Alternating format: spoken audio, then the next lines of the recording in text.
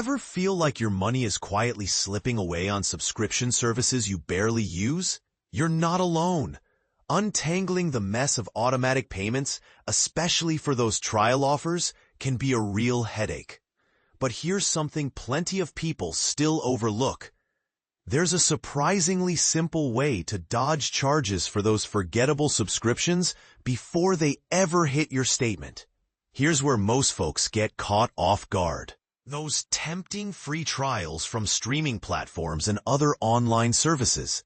They hook you with a free period, but demand your payment info up front.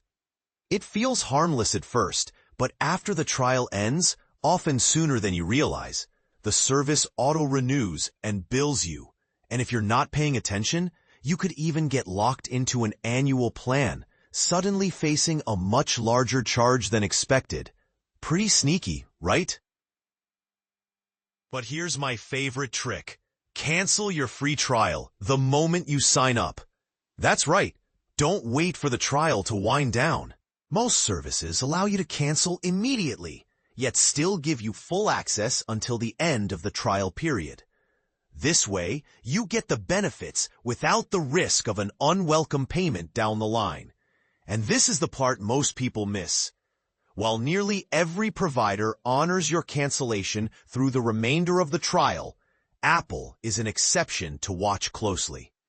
If you take a free trial for Apple Music, Arcade, or a similar service, ending the trial early will cut off your access immediately. So your best move here is to set a calendar reminder and cancel just before the trial expires. Be careful with timing, too. Always cancel at least a day, preferably even 2, before the renewal date. Why? Sometimes subscriptions process charges ahead of time, and waiting until the final hours can leave you stuck paying for something you meant to drop. Let's talk specifics. If you started your trial on a website, log into your account and look for sections like Payment, Subscription, or Plan. You'll find controls to manage and cancel your free trial. For people using iPhones, check out Settings. Tap your name and you'll see Subscriptions. You can cancel any free trials right there. Android users should open the Play Store, tap their profile icon, then choose Payments Subscriptions, where there's a cancel button at the bottom for each active subscription. If you actually like the service after the trial, you can always resubscribe. But this method saves you from unexpected charges if you decide it's not for you.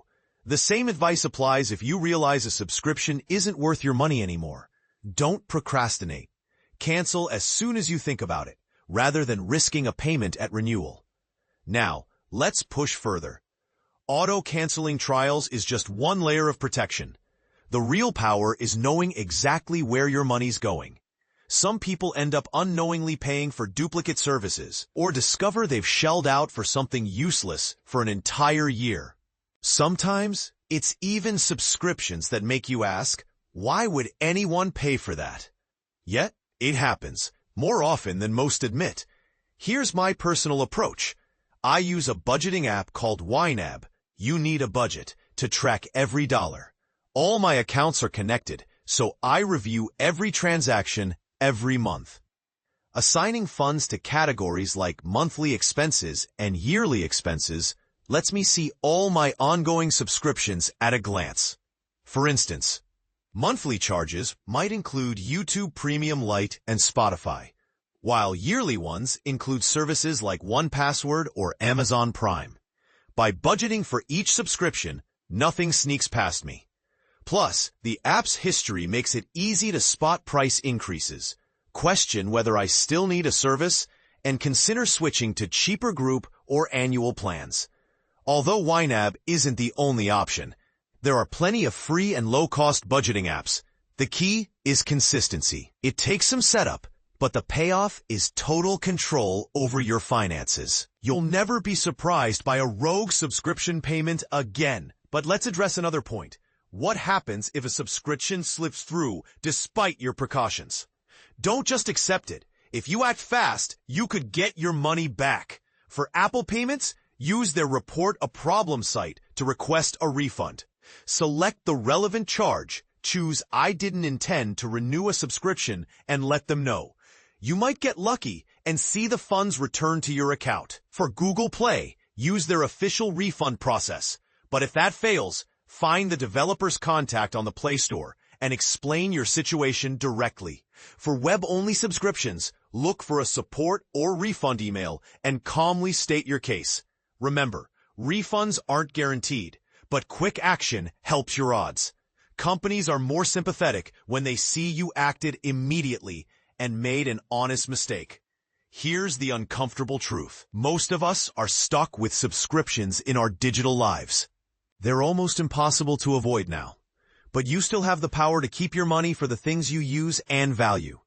Don't get burned by auto-renewing free trials, and don't let your subscriptions become invisible drains on your budget. And this is the part where opinions split. Should companies make auto-renewals opt-in instead of opt-out? Should free trials legally require a warning before charging? What's your strategy for keeping subscriptions in check? Is budgeting truly worth the effort, or do you prefer another method? Share your thoughts below, and let's debate the best way to fight back against unwanted charges.